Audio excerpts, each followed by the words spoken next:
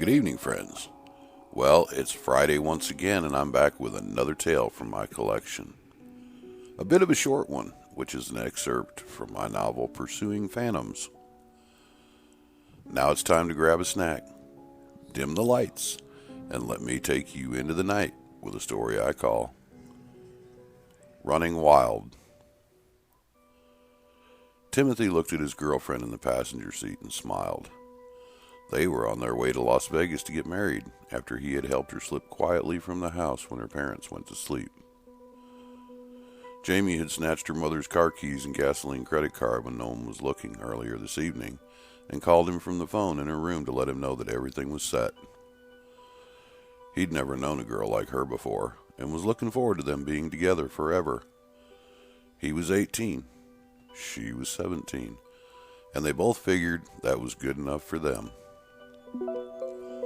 Why wait another year to get married in Colorado when they could do it now? Besides, it wouldn't be any easier in a year. Her father still wouldn't like him, and her mother would still be urging her to date more people in order to get a feel for life before letting herself be tied down. And then there was the baby. Jamie had told him last month that she had missed her period 2 months in a row.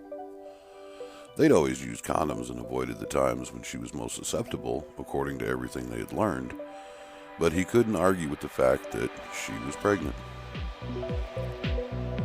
He wasn't sure he was ready to be a father yet, but there was no denying he wanted Jamie for always and ever. Graduation was only a couple months away, and Timothy had already applied and been accepted to the Air Force. He was going to train as a radar control operator. They had shown him how he could obtain over $30,000 for college during his 3-year term, and he hoped to use the money to enhance his military training enough to get a job at Denver International Airport after his time in service. They had just passed mile marker number 4 when Timothy saw blue and red lights flashing behind him in the mirror. He looked over at Jamie, who brushed her long blonde hair from her face, and looked back at the car behind them. "Oh no," she cried. "What if my mom and dad found the car missing and called the cops?" Timothy looked at the passing 3-mile marker and thought hard. They were only a little over 2 miles from the state line, and he figured he could keep going until then. The cop wouldn't be able to follow them, and they would be in the clear.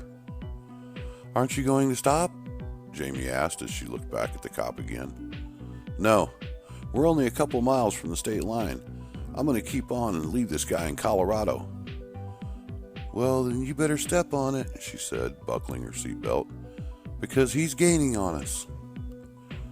Taking her words as encouragement, Timothy stepped down onto the accelerator and watched as the needle moved past 90 miles per hour and kept on going.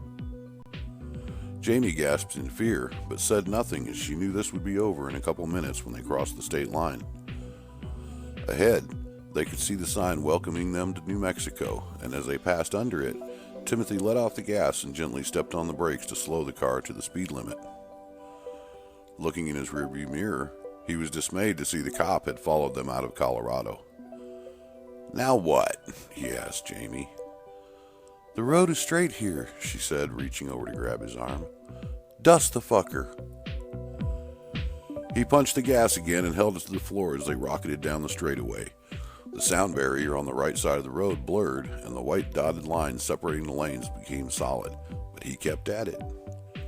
Ahead, the road turned sharply to the right, but Timothy saw it too late and braked too hard.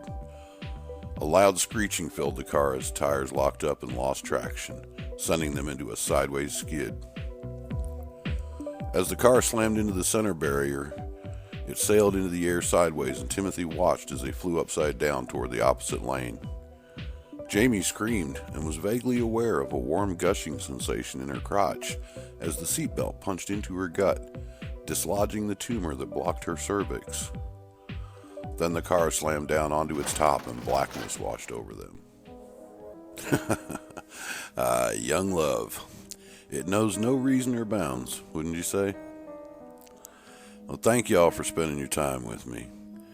Tell me what you think in the comments, and I'll be sure to join in the conversation. I'll be back next Friday with another story for you. So until then, sleep well.